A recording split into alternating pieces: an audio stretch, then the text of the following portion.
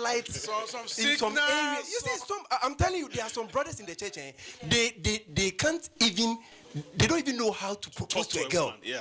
If you're a lady and you're not careful, and you think, oh, because it comes to your house, they've not seen it. That is one. And the number two thing is, you shouldn't feel your age shouldn't give a man pressure to propose to you. Yeah. When people say you are wasting his time, you will be speaking to this girl and she will be proud saying, my ex-boyfriend, I was dating him, we dated for 8 years. When he sees you in 6 months, how old is she? You wait. When he sees you in 6 months, Wants you to do something. Yeah, it doesn't work like that. So people decide to choose, especially most prayerful brothers. They've never even, they don't know anything. So the moment. Yes, but she doesn't want to repeat. But it's not fault of this new man. What is my issue? That's why God is leading us. It's got nothing to do with you. You see, so mostly ladies invest wrongfully in wrong Christian brothers. And then you have met her for just 3 months. We just came. We just met. You see, I was telling my wife in my church back home, when we have programs in the night, the places people are living are very risky. Yeah. The pastor announces, if you think where you stay is very risky and you can't go alone, because armed robbers used to attack people with their phone, tell us we will let some of the ushers or Christian brothers just stay with them for the past. No, they will go escort you.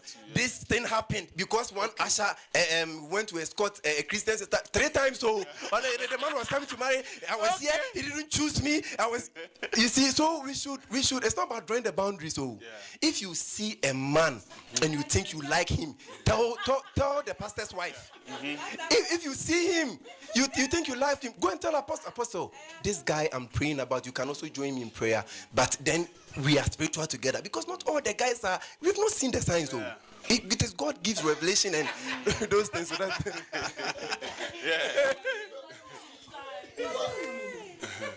what our brother is saying, see, you are laughing now, but it is the reality. That's the reality. It's not every man that has the courage to propose to a woman. Me like this. Me, I don't know how to say I love you. When I met my wife, something. If my wife had not made the initiative, we would be friends. I can't say it, because the problem is if I say it and you say no. So that's what I'm thinking about. No, I have in my whole life I have never approached a lady and told her, sister, you look nice, I like you, I want to get to know. I don't know how to do it. Maybe we are friends, then something happens. But the truth of the matter is, what I want to drive at is, when a man finds a woman, he knows this is the woman. Except you are a liar. If you find the one, you know that there's a witness within you. Except you are a liar. If you find the one, you know that there's a witness within you that she's the one. See, it doesn't matter how many years you date somebody, you will never know them. Yeah, that's true. You know people based on what they want to reveal to you. Okay. So can we conclude that when a sister finds a man in church, the right people to speak to is leadership? Can we conclude on that? If is it something that the youth will be comfortable with? If maybe could not be able to approach the woman one-on-one, then try much as possible to meet with the leadership and declare your intention that it should join you to carry out some spiritual prayer, to counseling and all that stuff. So that one is very necessary and it's good. Yeah, I saw that when we were growing up in the youth service, the elder didn't tell the sister. Meanwhile, this elder had been coming to our house every now and then. The sister lives with her in her household. The man didn't never tell. For about 5 years, 6 years that we've known this elder, he never mentioned it. But he used to come to our house. My mom likes this elder.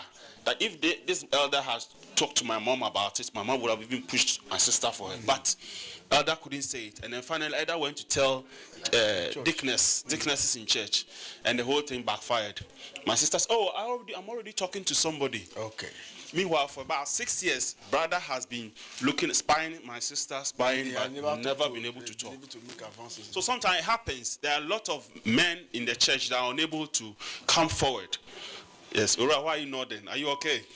Okay. But one of that, there are a lot of potential men in this house. So be courage enough. If you love somebody, be courage enough to speak to that person. That's the thing. Yeah. Please strike early. Speak to elders because as soon as possible. There are some couples when you fail to speak to them one-on-one or to go and tell somebody else, they might look at you to be you are not man enough. No, you see, just come and talk to me if you feel about me. Let's face the reality. Not everybody has that courage. So those who can see in the olden days, it was elders who approached women on behalf of a man. So if a man saw a lady who he was interested in, they go to see their parents and tell their parents, and their parents go to see the lady's parents and they negotiate. Unfortunately for us, whether it's a blessing or a curse, we live in a technological age where it is Facebook, Instagram, TikTok, WhatsApp love. So we are doing our own things, and then we are missing important elements. We are not doing discoveries. We are not finding out which family we are going to marry from. Because there are certain families you are not supposed to marry in there. But because you did not inquire into the family, you only followed your adrenaline rush. I'm in love with him. When I see him, the butterflies, he must die. All those stories that we tell ourselves. And then you marry and then you realize, what did I do? But then it is a covenant. You are already in it. That is why consult church elders. Don't do things in the shade, and don't be visiting the sisters in their home. Because fire and kerosene don't work together. Don't be visiting the sister alone in the room, and then you'll be sitting on her bed, and you start with a gospel song. Before you know, it has 10 cool numbers. Don't be going there. I'm telling you, it starts innocently. Cool numbers. It starts innocently and ends very bad. If you want to date, if you are dating somebody, always see yourself in the open. Don't find yourself in exclusive places. Something will happen. Especially that red bed. Don't sit on the bed. If the guy doesn't have living room, don't go there. So now the scenarios, please. Now the scenarios. Submitters group, are you ready? Is it still hot? Too funny. The water in there. Too funny. You're gonna read. No, they're gonna read it and then they come out. They will explain to us what they. Okay. Scenario number 1, financial pressure and different priorities. Boys have been married for 6 years and live in the UK. Kwame sends money regularly to his family back home in Kenya. His mom is currently sick, his younger siblings' school fees depend on him, and there are frequent hospital bills. Joyce understands helping family, but she's becoming frustrated. She wants them to save for a house, invest in a small business, and finally take a holiday together. Every time they try to save, an emergency comes up back home. Kwame feels Joyce is being selfish and has forgotten where he comes from. Joyce feels their marriage is always coming second to extended family needs. Question: who is right, or are both right in different ways? Okay. Oh, sorry. To the group on side. Oh, only the group. What? Yeah. Tell us what you think about it and your research about it.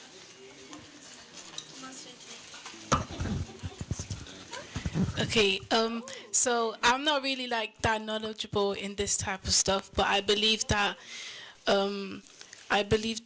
Kwame is kind of like not really setting his priorities straight, because I think that his family back home is being too over-reliant on Kwame, and he is just going along with what they are asking him to do. And since obviously he has his own family here in the UK, he should also be able to like save money and like take care of himself and Joyce. So yeah, that's it. Thank you, Destiny. So Destiny is saying Kwame's responsibility should be at home, whereas the family back home is taking more of its responsibilities. Is there any? Yeah, so, Sister Destiny, you know, we are from families. Just like you have yourself, your mom, and your siblings. At some point, you all leave home and then you would have to come back visiting your parents. This is a situation where over here it's a bit different because your parent probably might be relying on job seekers or pension or something, which might not necessarily be enough. So they will need a supplementary from your side. As a couple, put yourself in their shoes. Imagine you're married and at some point, pastor needs some help from you. Are you able to extend the help knowing what the sacrifices they've made in your life growing up? Or you'd rather say, because I'm married and they also have their life, they should live their life whilst I look after my family and my relationship? No, I think that wait one second. Obviously I'm going to help him like when he asks for it, but it's not every single time because he also has his own money and I also need to use my money for myself and obviously my partner.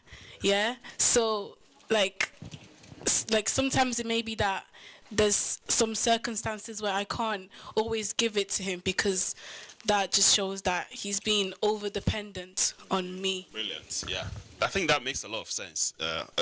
Does any member? Yeah.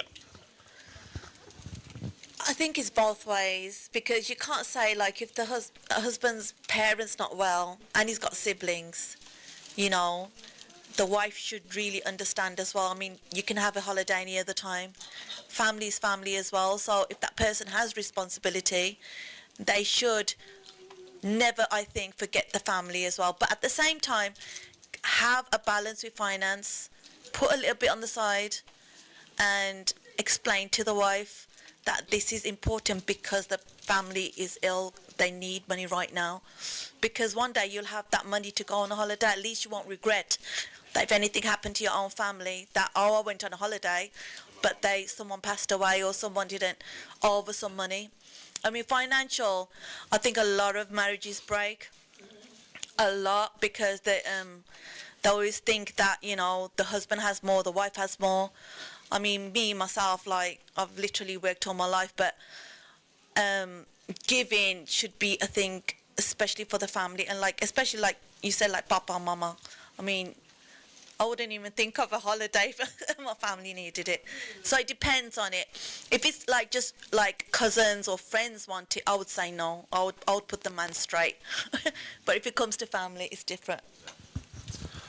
So she thinks that the husband's selfish, because he's putting his family first. But what happens if something happens in her family? What happens then? So it's a 50-50. So you have to come to a compromise where if something's happening, his mom's sick, she needs help, she needs financial aid, they might come from a poor family, he's putting his siblings through school, he wants them to better themselves in their lives. Say if she wanted that for her family, and then she wants to put all the money towards that side, how does that work then? So it's a 50-50, so you need to come to a compromise. So you can't just be like that. I understand that. So, Peter, another case is when, imagine, your partner's family, I mean, the mom and dad are passed on, and yours are alive.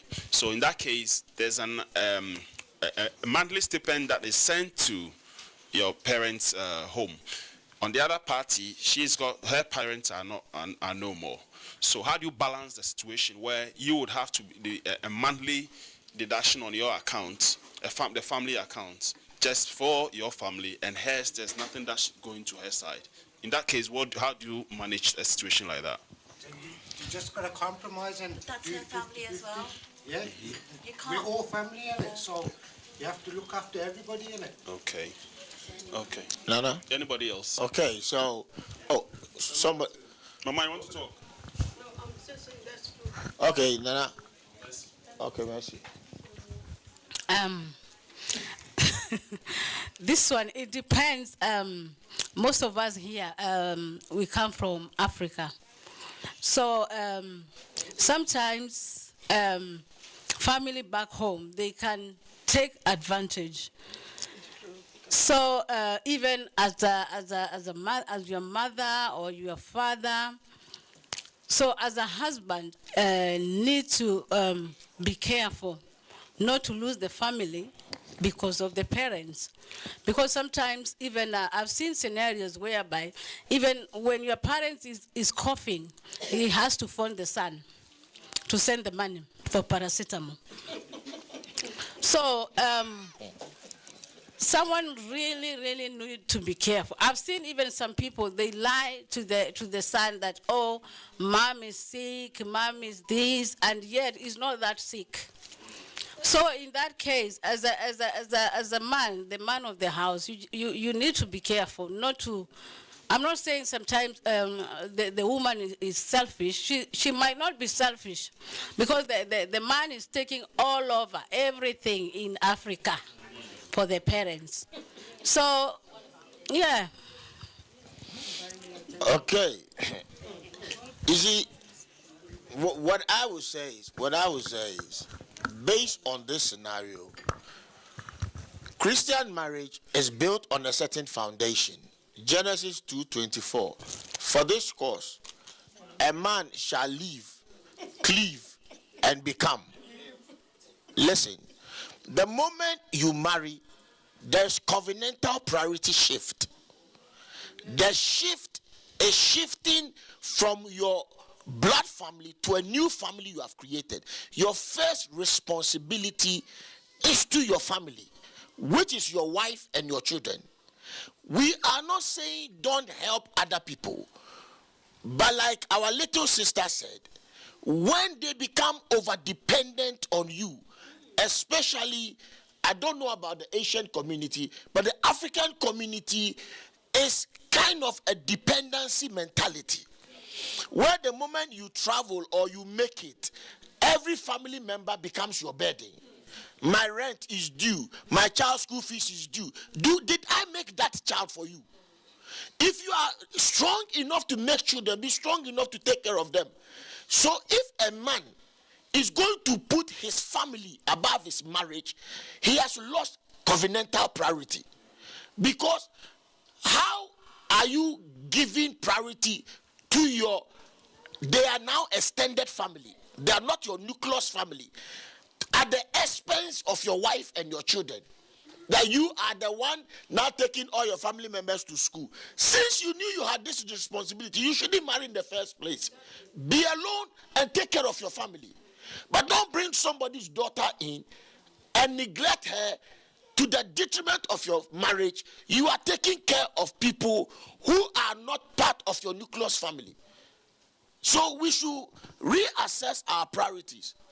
We don't say don't help, but when it becomes a direct debit of help, that every month some family member must get money from you, nah, it's not working. I'm not Santa Claus.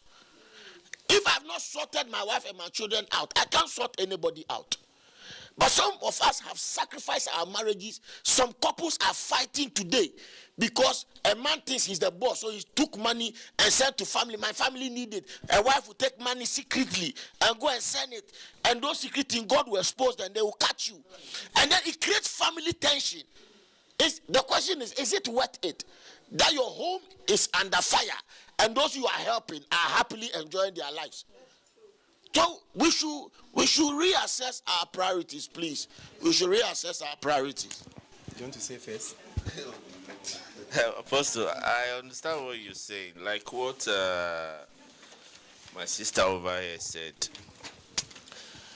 The scenario we saw there was about school fees and hospital bills. I would take the hospital bills as a priority. Because if my family is sick in the hospital, my wife, that one thing is that you have to understand who you marry. You have to know who you marry. Because there are some men I know, they don't tell their wife how they spend their money. They don't tell their wife what comes in. Because the woman will not understand. So if it has to do with life, anything I can do, because I will live with that if I don't do it for the rest of my life. Yes.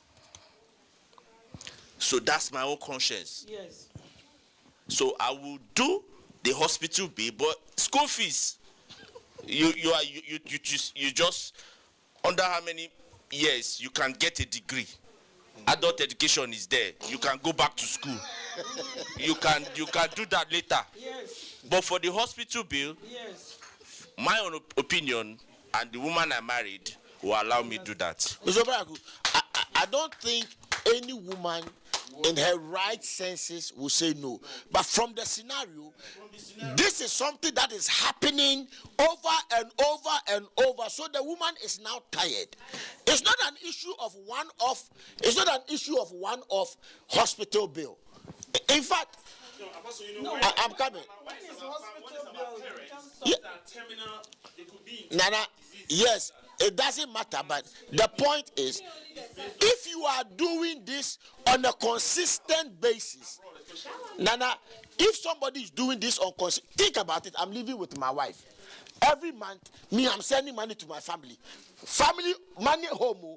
I'm sending money to my family. My wife is complaining. We are not saving. We don't have money for our own children's holidays. Every day, your priority is your family members. This is not one thing off. It's something that is happening. So the woman is now getting frustrated. Do you think that if you come to tell her somebody is in hospital, she's going to jump? It's something you are doing. It's not a one-off thing. You have been doing that, so you are irritating her because the family is not priority. But if there's something, once your mother is sick, no wife will tell you, except the wife is wicked, that you want to go and help your mother who's in the hospital, your wife says no. That is witchcraft. But if you are doing this every day, today my sister's child school fees, tomorrow my brother's cousin school fees, the next week. That one is extortion. And this is what some men do. This is what some men do. They are their family ATM. Everybody is calling, and now it gets to a point they have to hide to do it.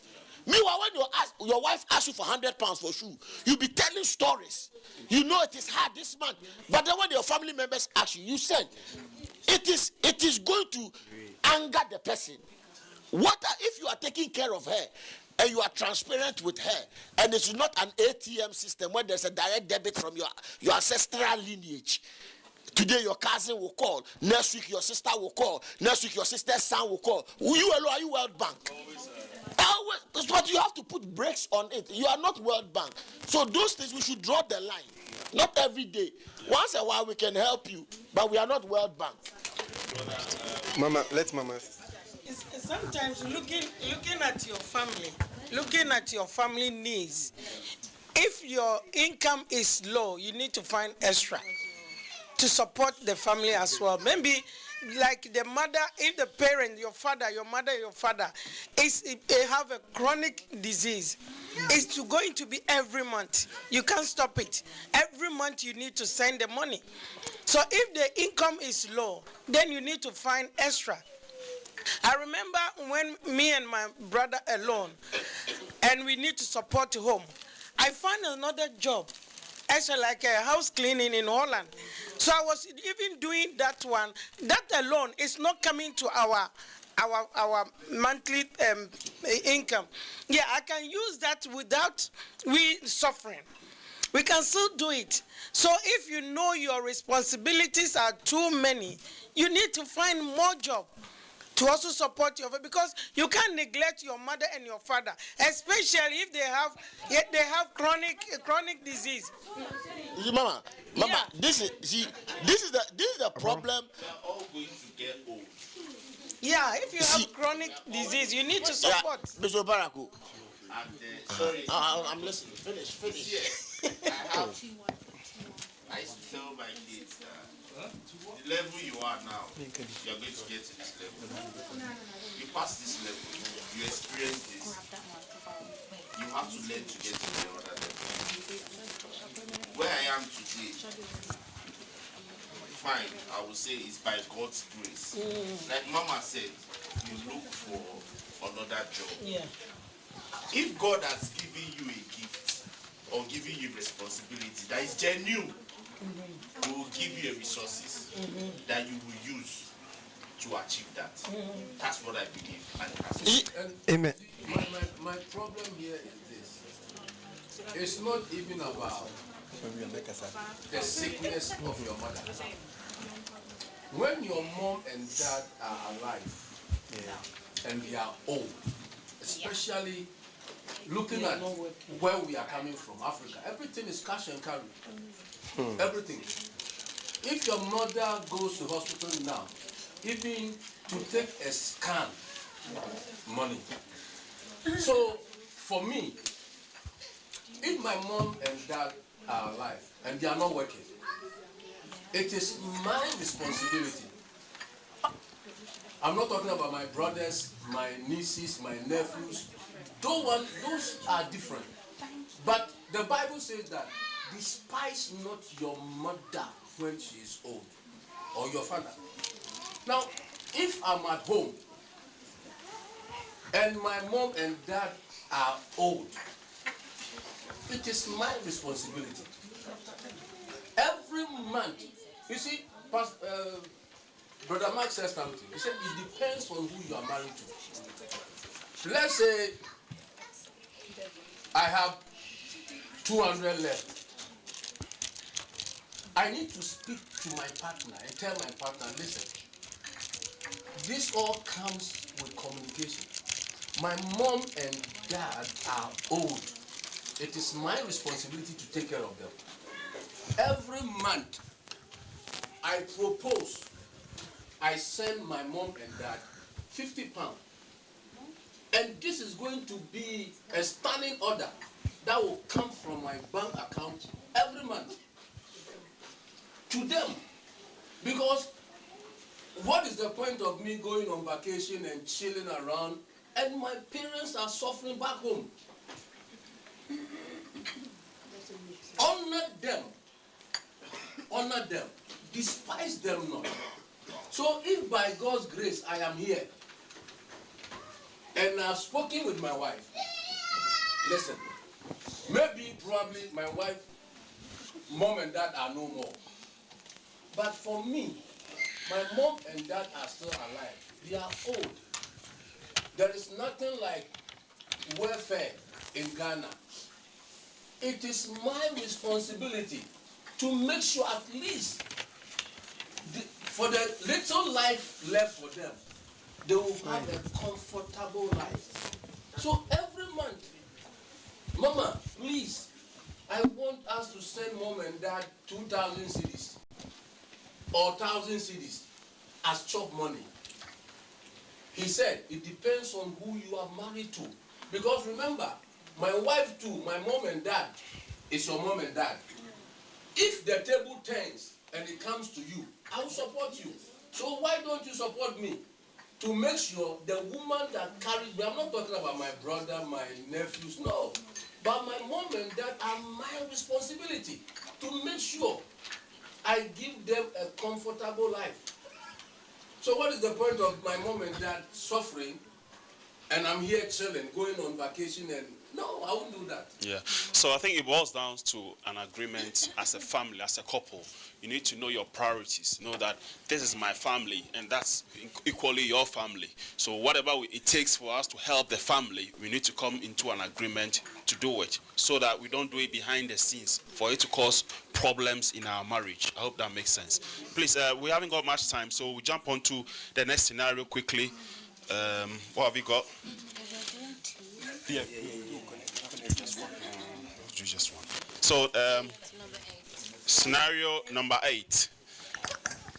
You want to read it? Yeah. Where's the question? Is it this one? Oh, there's that. Part of it. Let's have a look. Silent treatment and emotional shutdown. Liam and Miriam argue occasionally like most couples. However, when Miriam is upset, she shuts down completely. No talking, no texting, no explanation. Sometimes this lasts for days. Liam apologizes but doesn't always know what he's apologizing for. He feels emotionally locked out and anxious. while Mariam believes silence helps her cool off. The question is silence a healthy coping strategy or emotional punishment? Silent treatment.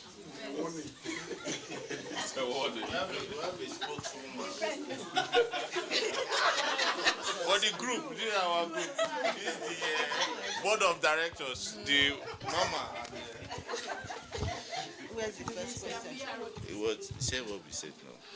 Hey, I need to see the question so I can say. Is silence? Is silence a healthy coping strategy or emotional punishment? Okay, so when we deliberated, it's not just a singular whatever. So silence is not always it's not always a punishment if you look at it in a way. It depends on what the argument is about or was about. Sometimes, if the argument is the type that keeps on rising, and at the end of the day, you see that if nothing is done, someone might get a punch or stuff. I think that's where the silence should come in. You, if you can, just become silent at that time for tempers to calm down. Yeah, for maybe, I don't know how long, but though sometimes silence is better because if not, someone might. Can I say something? Yeah, silence to an extent can work. In some situations, why in some situations it can't work. In how it can work in some situations is that if it can, you like she said, if it's going, you know, this is going to escalate into hitting someone, and you feel, oh, let me be silent and just, because while you are talking, you are getting more angry. In a situation where it can't work, is when they said, don't allow your anger. In my dialect, they say, if you call her obigi, or if you call her tempagi, ga to the next morning. I'm saying it so you understand it. Don't allow your anger rest till the following morning. That silence, if you allow it stay overnight, it can lead to emotional punishment for the other person. So at one point in time, you need to have cooled off and communicate. Yeah. And how long is too long to cool off? That's I just answered that now, that it shouldn't be overnight. Yeah, it's over 24 hours. No, it shouldn't be. No, I think sir, you see, one of the things we should look for in spouses is both spiritual and emotional maturity. If you want to live with somebody, you need to check their emotional and spiritual maturity. How do they handle conflict? The conflict is not the issue. It's conflict management and resolution. How do we deal with issues as they come? Some withdraw. It's not because they don't want to talk. They just want to punish you. Silent killing. They don't say anything. They block you out. They block you out of the picture. You can apologize till Jesus comes. Until they are satisfied, nobody is talking. That is emotional withdrawal. I keep silence. So when there is conflict, differences must be communicated. There must be communication. Keeping silent has not solved the problem. You are just emotionally draining somebody because they don't know what you are thinking, and they are not psychics to read your mind. So if something is bothering you, I did something, I said something, you don't like it. If you shut down, how am I going to get clarification? So we need to find out.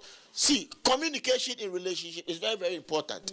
That silent withdrawal, that we keep quiet, and some women go to the extreme of wearing tight jeans because they are now going to punish you. You have crossed the line. We shall see. Because that's when you are coming close to them. They show, hey, I am not in good terms with you. Just leave. Don't touch me. The door is shut until we sort the problem. But meanwhile, you don't want to solve the problem because you are silent. How can we solve it? So now you've withdrawn until you are satisfied. Now the question I ask is, by the time you are now satisfied, if the man has or the woman has also gotten into another zone, that is how some couples who do not have self-control cheat. Because you block them out, they're like, okay, live your life. And they go out, and somebody catches them. And now it turns to prayer topic. Don't let, like Mr. Paraku was saying, don't let the sun goes down on your anger. An elderly couple said one thing. They said they never sleep at night angry with their spouse. They make sure they sleep with problems solved, because couples slept one night. They had argued the day before, and they were not in talking terms. So one is facing here, one is facing here. One was having heart attack, but the other didn't see because he was busy, angry, facing the wall. By the time he woke up in the morning, the spouse was dead. Now, are you happy now? Meanwhile, you could have saved her. You could have saved him. He was trying to stop the club. I'm not in good terms with you. Now that he or she is dead, are you satisfied? Even if they don't accuse you, you will accuse yourself. Your own conscience will eat you. So, see, I've come to the place in my life, I don't know, because I'm growing. Me, I used to be very hard though. If I don't want to talk to you, I don't talk to you. I can black you out. But growing, I'm asking myself, how long am I going to live now? My children tell me I'm almost halfway my life now. I'm going to die. The rest is now heading towards death. So I'm asking myself, what is the point? What is the point? In a relationship, one must decide to be a fool. If there are two wise people living together, the relationship will fail. One must choose the office of the fool. They don't write it on your forehead. It brings peace. You are not a fool, but be a fool. For love's sake, be a fool and save the home, because whatever happens between couples affects children. Emotionally, psychologically, spiritually, it affects the children. So let us be very careful. You have married this woman. One simple thing she said, that your head like bomb. You have taken it personal, and you are so angry. You want to die. Your head is like bomb. You take it like a man. You know. So swallow it as a man. Get over it. Don't be angry about it. Bear grudges. Hey, am I the one you are talking to? Who should you talk to? Are you not the one she will talk to? But what's the point of reminding me? Yeah, maybe you have forgotten.